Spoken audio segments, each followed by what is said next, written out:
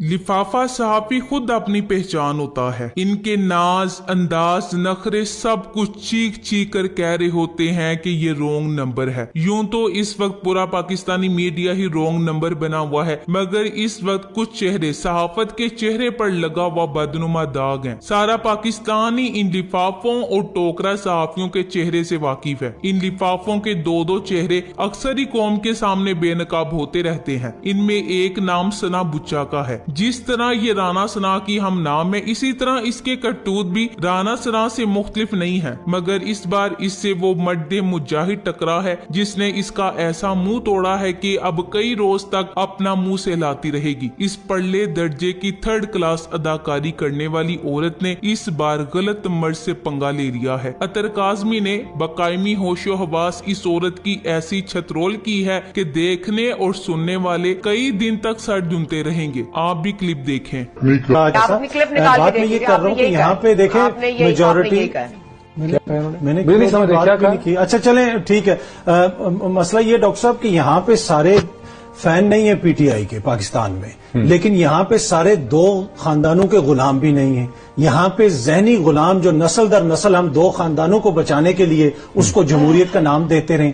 मौलाना साहब खड़े होके कहते हैं ये तितलियां हैं, इनके गाल इतने नरम है, इनकी एड़ियां इतनी नरम है, उसके ऊपर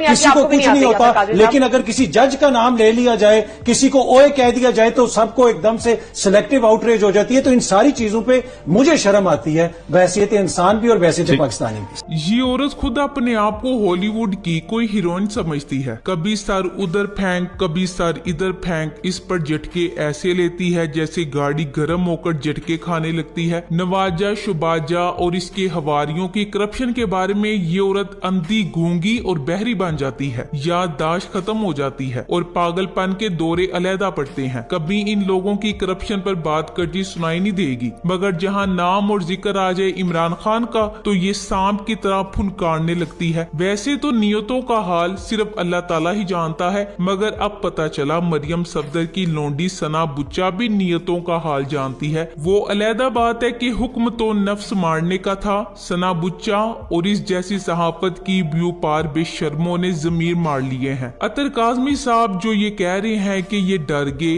ये खौफजदा हो गए हैं, तो डर ये है कि मुल्क का नुकसान ना हो, मुल्क अनस्टेबलाइज ना हो। शर्म आनी चाहिए तजजिया करने वालों को। सोचिए मुल्क की बात हो रही है, सारे यहाँ पीटीआई के फैन नहीं है। मोहतरमा दूसरों को शर्म दिलाने में पेश पेश रहती है, मगर खुद शर्म करना भूल जाती हैं। दूसरों को भी अपनी तरह लिफाफा मार का समझती हैं कि जो ये बकवास करेंगी अगला बंदा आराम से सुन लेगा। मगर अतर काज़मी भी मर्द का बच्चा है। इसने मुसूफा को वो सुनाई कि बेचारी फरार का रास्ता तलाश करती रह गई। इन्होंने कहा कि मसला ये है कि सारे फैन नहीं है पीटीआई के, मगर मसला ये है कि सारे यहाँ पर सारे गुलाम भी नहीं है दो खानदानों के। यहाँ पर जहनी गुलाम दो खानदानों को बचाने के लिए जमहूरियत का नाम देते रहे। ये है वो वकालत जिसका जिक्र अतर काज़मी कर रहे हैं। शरीफ खानदान की करप्शन का दिफा करने वाले और इन्हें हीरो बनाकर पेश करने वाली यही लिफाफे और टोकरे हैं। इसके बाद अतर काज़मी राना सना की मार्च रोकने की तैयारियों पर बात करते हैं और वो खुलकर कहते हैं कि राना पाकिस्तानी कौम पर इस तरह ड्रोन टेक्नोलॉजी के जरिए आंसू गैस शेल फेंकना चाहता है जैसे इसराइल फलस्तीनियों पर शेल फेंकता है। यानी पीटीआई के सपोर्टर्स को ये आदमी दुश्मन की तरह ट्रीट करना चाहता है और पाकिस्तान का कोई इदारा, कोई सरबरा, कोई अदालत इसके खिलाफ सोमोटू नहीं लेते। इस शख्स को खुलकर खेलने का मौका दिया जा रहा है। पहले भी इस पर कोई कार्रवाई नहीं होती और ना आइंदा होने का इम्कान है। सना बुच्चा को लग रहा है कि अतर काज़मी की बातों से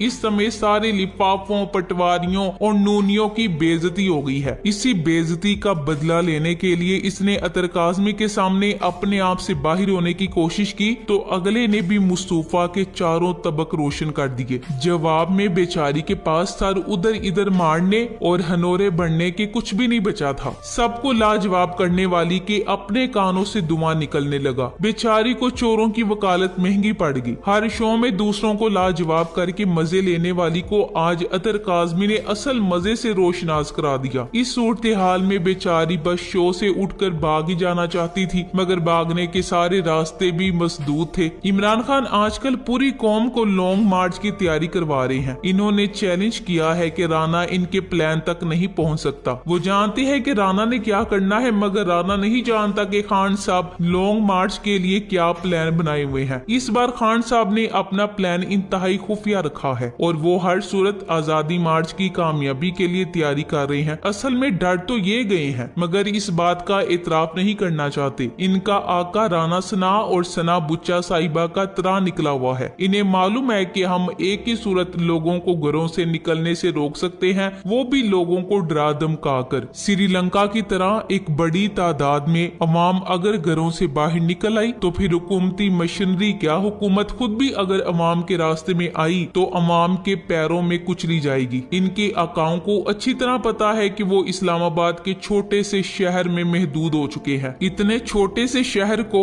वो बहुत ज्यादा देर तक अवाम के गज़ो गज़ब से बचा नहीं सकेंगे। इस पर इन्हें फिक्र है कि जिस इदारे की पुश्त पनाही पर इन्हें मान था, उसने भी कह दिया है कि वो गैर सियासी हो चुके हैं। शहबाज और नून लीग डील करने और बैकडोर सपोर्ट के बगैर कभी भी कुछ भी नहीं कर सकती। इसीलिए इस इम्पोर्टेड सरकार और इसके वकील सहाफियों की काम पे टांग रही हैं। तारीख का जायजा लेना होगा कि इस तरह की कितनी तहरीकें निकली और कामयाब हुई। पाकिस्तान इस वक्त इंतहाई नाजुक तरीन दौर से गुजरा है। ऐसे वक्त में जब कौम हकीकी मानों में आजादी हासिल करना चाहती है। 75 साल से चक्की के दो पार्टों के दरमियान पीस पीस कर कौम का बरकस निकल चुका है। चक्की के ये दो पार्ट दो निजाम है, जिनका सबसे ज्यादा नुकसान इस कौम ने उठाया है। पाकिस्तान में मार्शल लॉ और जमहूरियत दोनों निजाम बारी बारी राइज रहे हैं, मगर अवाम की जिंदगियों में किसी निजाम से कोई इनकलाब बर्पा नहीं हुआ। यूं तो पाकिस्तानी कौम ने मार्शल लॉ को हमेशा निजात दहिंदा के तौर पर कबूल किया है, मगर फिर भी निजात कभी इनका मुकद्दर नहीं बन सकी। 75 साल से इस कौम ने अपनी तनज़ली का सफर तय करने में गुजारा और कभी भी इसको उभरने और तरक्की करने के मौके हासिल नहीं हुए। हमेशा नादीदा कुव्वतों ने इसकी शारक पर अपना अंगूठा रखा और पाकिस्तानी कौम को कभी इसके शौर के मुताबिक तरक्की करने नहीं दी गई। नौजवान किसी कौम का सरमाया होते हैं। किसी भी हुकूमत ने मुल्क के वसाइल को मुल्क के नौजवानों की तरक्की के लिए इस्तेमाल नहीं किया। इसीलिए ये ताकत हमेशा इधर उधर तकसीम होती रही। कभी नाम नेहाद इस्लामी तंजीमों ने नौजवानों को अपनी जानिब माइल रखा, तो कभी इंतहा पसंदी की प्रमोशन में कौम के नौजवानों को इस्तेमाल किया गया। आजकल ये नौजवान सियासत का ईंधन बन रहा है। किसी मुल्क में तब्दीली या इनकलाब उसी वक्त मुमकिन है जब उस मुल्क का नौजवान ऐसी इनकलाबी तहरीकों का हिस्सा बने। हकीकी आजादी की तहरीक भी ऐसी नजरियाती तहरीक है जो कौमी सतह पर फैल गई है। हर तहरीक खून मांगती है। अगर हकीकी आजादी की इस तहरीक में खून शामिल हो गया तो ये हमेशा के लिए पाकिस्तान की तारीख में सुनहरी हुरूफ में लिखी जाएगी। तहरीकें वही कामयाब होती हैं जिनके अंदर दमखम हो और वो अपने मुरवजा उसूलों कवायद पर पूरा उतरती हों। तहरीकें कभी छोटी मोटी साजिशों और मनफी अनासिर के प्रोपेगेंडे के मुतासिर नहीं होती, बल्कि इस तरह की मनफियत इनको मजीद आगे बढ़ने के लिए ईंधन मुहैया करती है। तहरीक पाकिस्तान भी नौजवानों के सर पर कामयाब हो गई। इस तहरीक में जिस्मानी आजादी तो मिल गई, मगर हकीकी नजरियाती आजादी कभी न मिल सकी। बरतानिया से जिस्मानी आजादी हासिल करके अमरीकी ज़हनी गुलामी इस कौम का मुकद्दर बन गई। आजादी और गुलामी का सिलसिला बड़ा तवील है।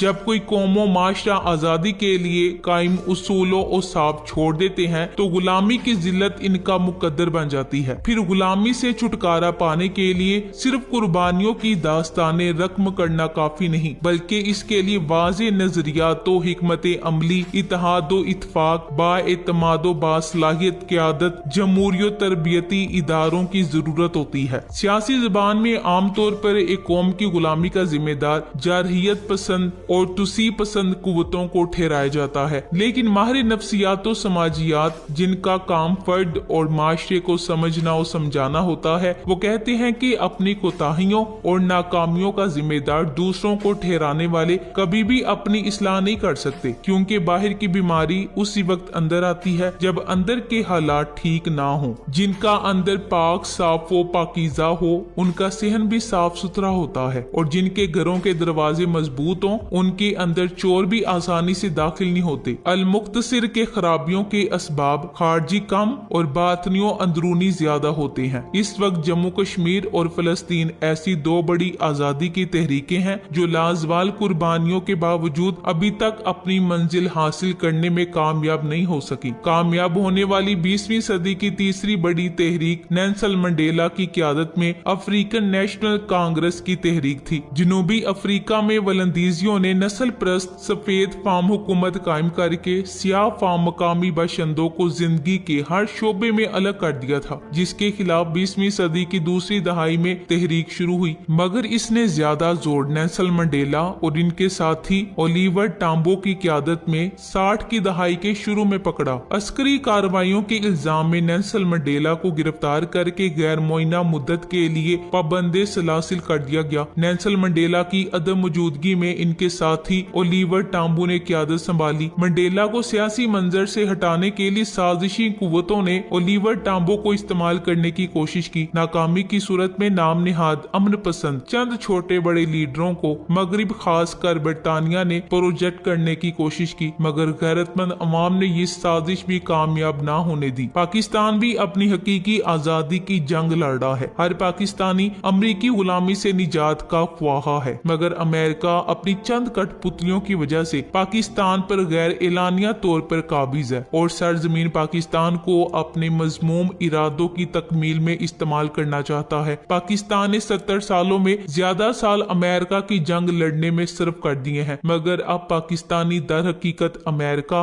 और इसकी कठपुतलियों से आजाद होकर हकीकी आजादी चाहते हैं। Thanks for watching. Allah Hafiz.